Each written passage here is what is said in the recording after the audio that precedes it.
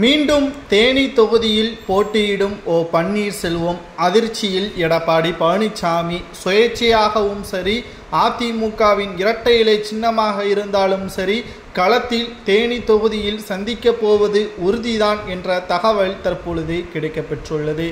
சற்று முன் கிடைக்கப்பெற்ற மிக முக்கியமான செய்தி ஒன்று வெளியாகியுள்ளது. 2026 சட்டசபை தேர்தலில் அதிமுகவின் சார்பாக தேனி தொகுதியில் யார் போட்டியிடுவார் என்ற ஒரு கேள்வி எழுந்துள்ளது. ஏனென்றால் கிட்டத்தட்ட பல முறை ஓபிஎஸ் அவர்கள் தோல்வி அடையாத ஒரு தொகுதி என்றால் அது தேனி தொகுதிதான். தென் மாவட்டங்களின் முழுமையான ஆதரவுடன் 2026 சட்டசபை தேர்தலிலும் ஓபிஎஸ் அவர்கள் இரட்டை இலை சின்னம் இருந்தாலும் சரி, சுயேட்சையாக பலா சின்னம் கொடுக்கப்பட்டாலும் சரி, அந்த தொகுதியில் ஓபிஎஸ் அவர்கள்தான் வெற்றியாளர் என்ற தகவலும் தற்பொழுது கிடைக்கப்பெற்றுள்ளது.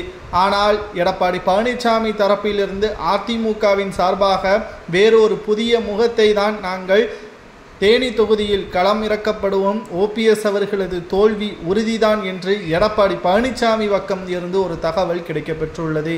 ஆனால் தென் மாவட்டங்களை பொறுத்தளவிற்கு எடப்பாடியே ஒரு தலைவனாகவோ ஒரு சிறந்த செயல்படுத்தப்பட்ட அதிமுகவின் பொதுச் செயலாளராகவோ பார்க்கவில்லை.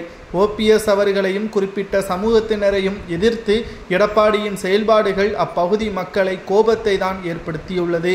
இதனால் யாரை நீங்கள் களத்தில் தேனி தொகுதி மட்டுமல்ல தென் மாவட்டங்களில் அதிமுகவில் இருந்து யாரை வேண்டுமானாலும் களம் காண வைத்தாலும் அங்கு தோல்வி மட்டும்தான் எடப்பாடிக்கு பரிசாக கிடைக்குமே தவிர வெற்றி என்பது ஒருபோதும் கிடைக்காது என்பதை தற்பொழுது ஓ பன்னீர்செல்வத்தின் ஆதரவாளர்களும் குறிப்பிட்ட சமூகத்தினர்களும் தெரியப்படுத்தியுள்ளனர்.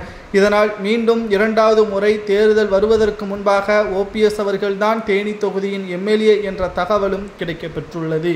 ஓபிஎஸும் தென் மாவட்டங்களில் குறிப்பாக தேனி தொகுதியில் பல வளர்ச்சியான திட்டங்களையும் கல்லூரிகளையும் நிறுவியுள்ளார் என்ற தகவலும் தற்பொழுது கிடைக்கப்பெற்றுள்ளது.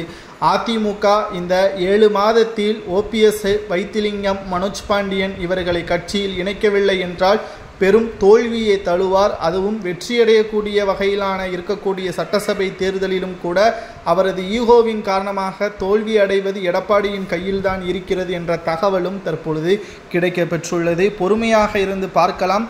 எடப்பாடி பழனிசாமி அவர்கள் இந்த தேர்தலில் தன்னுடைய சுயநலத்திற்காக செயல்படுகிறாரா, அதிமுகவின் பொதுநலத்திற்காக செயல்படுகிறாரா, ஓபிஎஸ் அவர்கள் சுயேட்சையாக போட்டியிட்டாலும் தேனி தொகுதியில் வெற்றியடைவாரா என்பதை உங்களது கருத்துக்களை அதிமுகவின் உண்மையான தொண்டர்கள் கமெண்ட் வாயிலாக கூறுங்கள்.